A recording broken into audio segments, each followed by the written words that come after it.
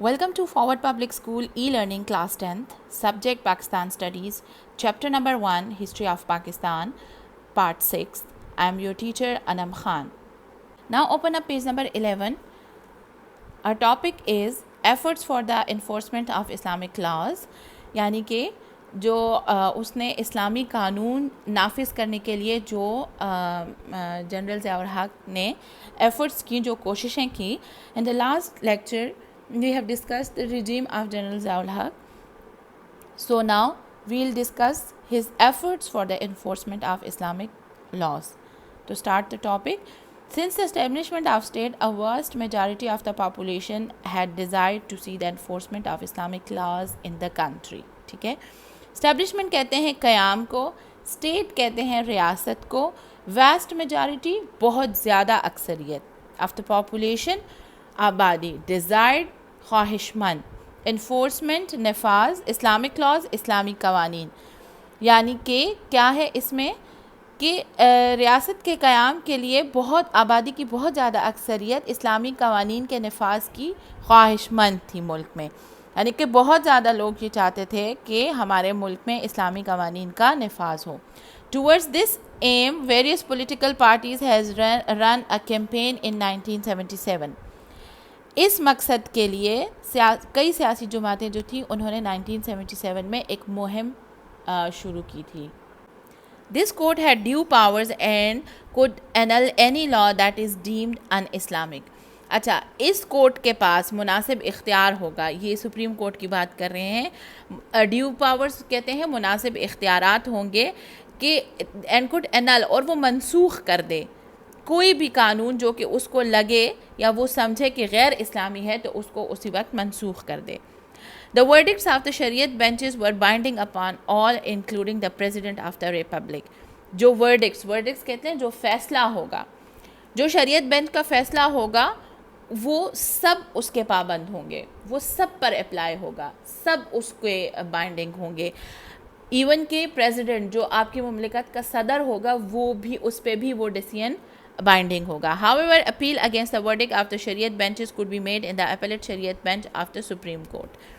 میں نے آپ کو بتایا ابھی کہ ایپلیٹ شریعت بینچ، ایپلیٹ کورٹس کیا ہوتے ہیں، تو اسی طرح میں نے دیکھیں اپیل، اگر ہاں کوئی وہ اپیل اس فیصلے کے خلاف اگر کوئی جانا چاہے، اپیل کرنا چاہے، تو وہ اپیل کہاں کرے گا؟ ایپلیٹ شریعت بینچ میں جو سپریم کورٹ میں ہوگا. سپریم کورٹ کے ایپلیٹ شریعت بینچ میں وہ اپیل کر سکے گا اس فیصلے کے خلاف. This court had due powers and could annul any law that is deemed un-Islamic. اچھا، اس کورٹ کے پاس مناسب اختیار ہوگا، یہ سپریم کورٹ کی بات کر رہے ہیں. ڈیو پاورز کہتے ہیں مناسب اختیارات ہوں گے کہ اینڈ کوڈ اینل، اور وہ منسوخ کر دے کوئی بھی قانون جو کہ اس کو لگے یا وہ سمجھے کہ غیر اسلامی ہے تو اس کو اسی وقت منسوخ کر دے. The verdicts of the Shariat benches were binding upon all including the President of the Republic. جو verdicts کہتے ہیں جو فیصلہ ہوگا، جو شریعت بینچ کا فیصلہ ہوگا وہ سب اس کے پابند ہوں گے، وہ سب پر اپلائی ہوگا، سب اس کے بائنڈنگ ہوں گے. ایون کہ پریزیڈنٹ جو آپ کی مملکت کا صدر ہوگا وہ بھی اس پہ بھی وہ ڈیسیژن binding ہوگا. However, appeal against the verdict of the Shariat benches could be made in the appellate Shariat bench of the Supreme Court.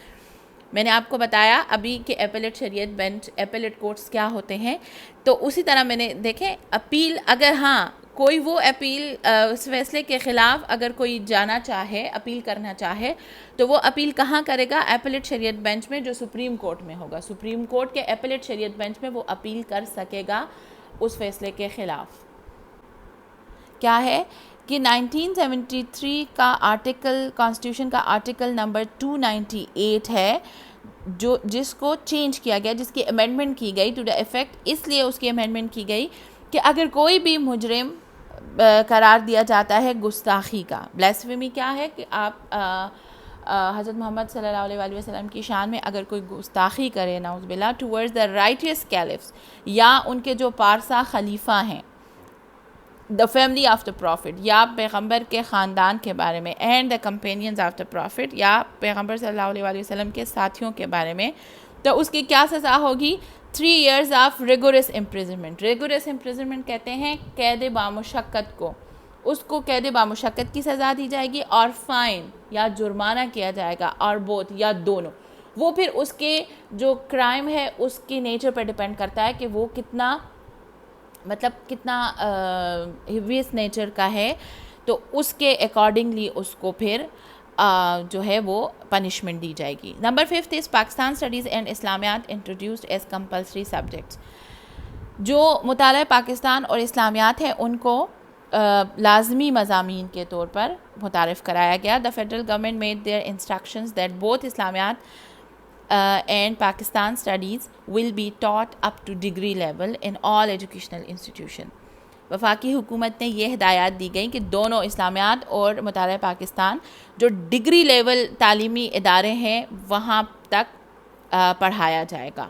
یعنی کہ ڈگری لیول مطلب جو آپ کا گریجویشن ہوتا ہے نا، گریجویشن تک آپ کی جو اسلامیات اور پاکستان اسٹڈیز ہے وہ کمپلسری ہے. آپ کا ڈگری لیول آ جاتا ہے، گریجویشن ڈگری جب آپ لیتے ہیں یا ماسٹرز ڈگری جب آپ لیتے ہیں تب تک اس میں اسلامیات اور پاکستان اسٹڈیز آپ کمپلسری سبجیکٹس میں پڑھیں گے. However, non-Muslims were allowed to take ethics in place of اسلامیات. تاہم جو غیر مسلم ہیں ان کو اجازت ہوگی کہ وہ اسلامیات کی جگہ اخلاقیات پڑھیں. ایتھکس ایک سبجیکٹ ہے. نمبر 6 احترام رمضان آرڈیننس. ٹھیک ہے. In 1981 Zia promulgated احترام رمضان ordinance which prescribed smoking, eating and drinking by all Muslim in public places. promulgated مطلب جاری کرنا. ایک 1981 میں ضیاء نے ایک رمضان احترام آرڈیننس جاری کیا جس میں سگریٹ نوشی، کھانا پینا تمام مسلمانوں کے لیے پبلک پلیسز میں سخت ممنوع تھا. Violation of these laws was made punishable by 3 months or a fine or both. اب اگر کوئی اس کی وائلیشن کرتا ہے، کوئی ان لاز کو توڑتا ہے، اس کو نہیں مانتا، تو اس کو کیا سزا دی جائے گی؟ 3 ماہ کی سزا دی جائے گی، یا اس پر جرمانہ کیا جائے گا، یا دونوں ہوگا. وہ پھر اس کی نیچر پہ ڈیپینڈ کرتا ہے کہ کتنا اس نے کس حد تک وہ کیا ہے. In 1984 Zia also directed the establishment of Salat committees.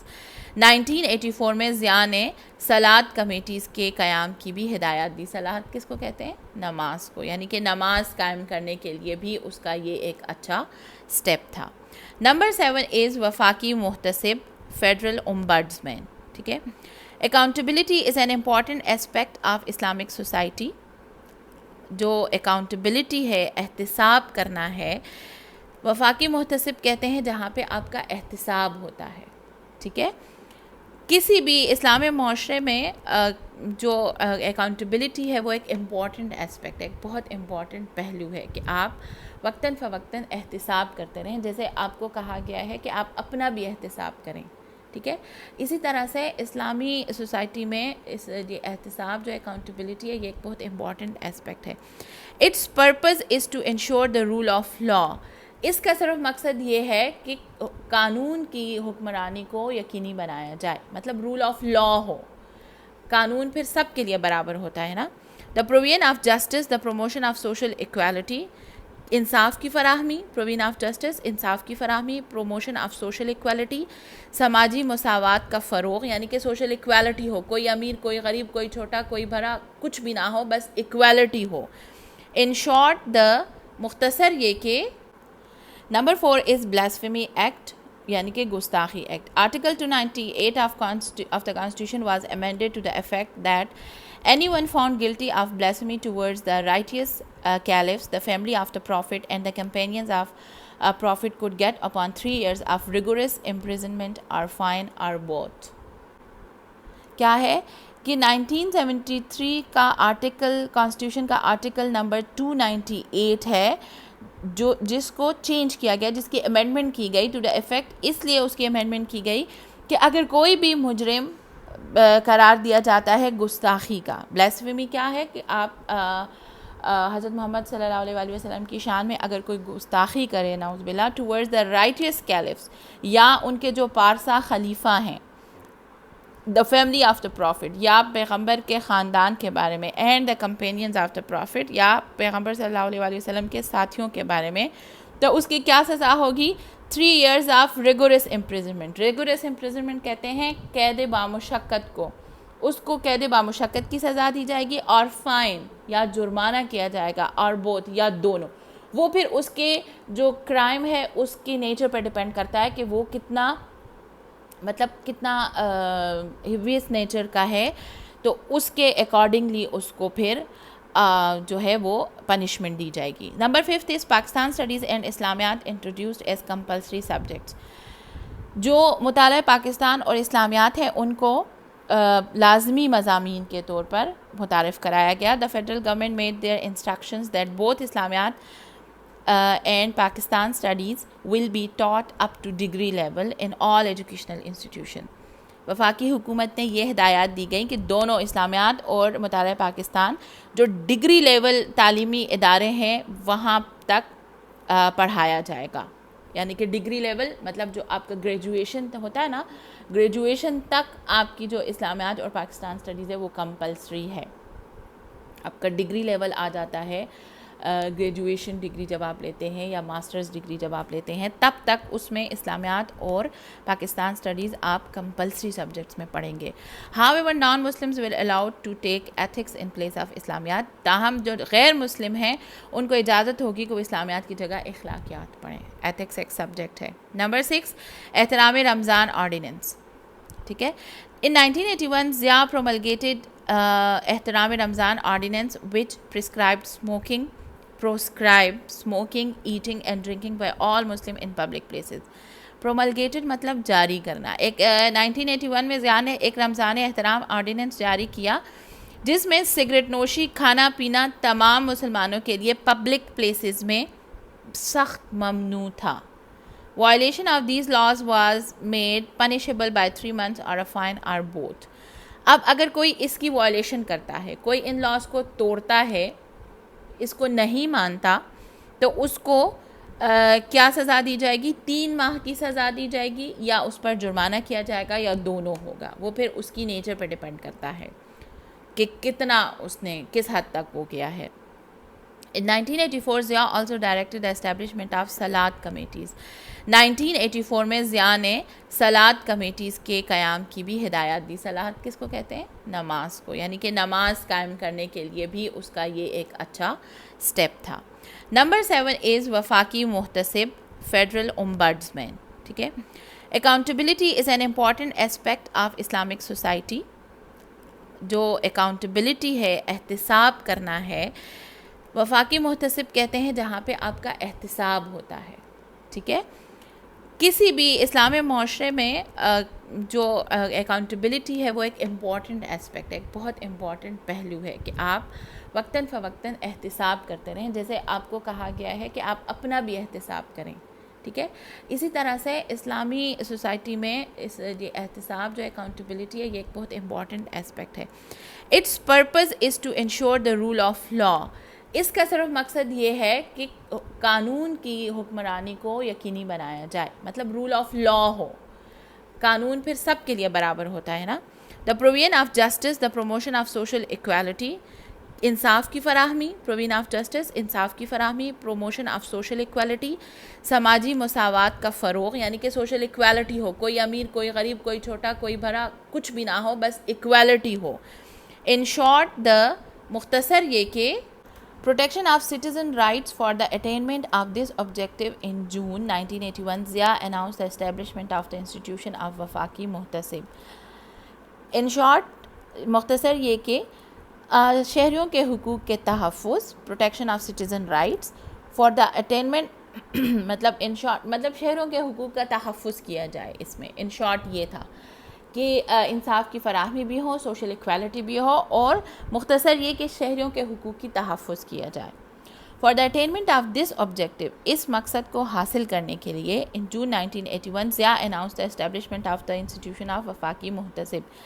ان تمام مقاصد کو حاصل کرنے کے لیے ضیاء نے 1981 میں وفاقی محتسب کے قیام کا اعلان کیا. اس نے ایک انسٹیٹیوشن بنایا جس کو اومبڈسمین کہا جاتا ہے، فیڈرل اومبڈسمین یا وفاقی محتسب. The office of Wafaqi Mohtasib is non political and non partisan. جو اس کا آفس ہوگا، جو اس کا دفتر ہوگا، وہ غیر سیاسی اور غیر جماعتی ہوگا. No politics involved in this and no party will be involved in this. The tenure of Wafaqi Mohtasib is 4 years, اور اس کا جو ٹینیور ہوگا وہ 4 سال کا ہوگا, جو پیریڈ ہوگا, جو دور ہوگا. Anyone who feels aggrieved by any government official or any government department can seek justice by complaining, writing on plain paper.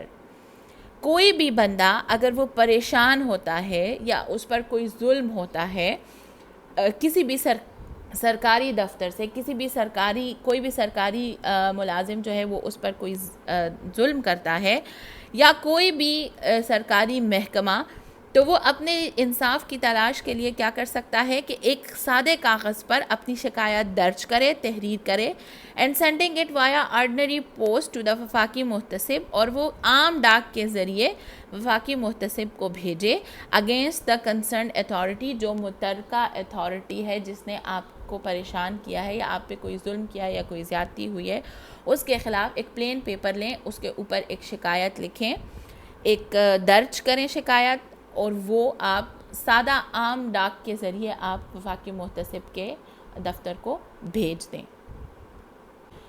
So dear students, that is the end of today's lecture. Further topics will be discussed in our next class. Thank you so much. Stay home, stay safe.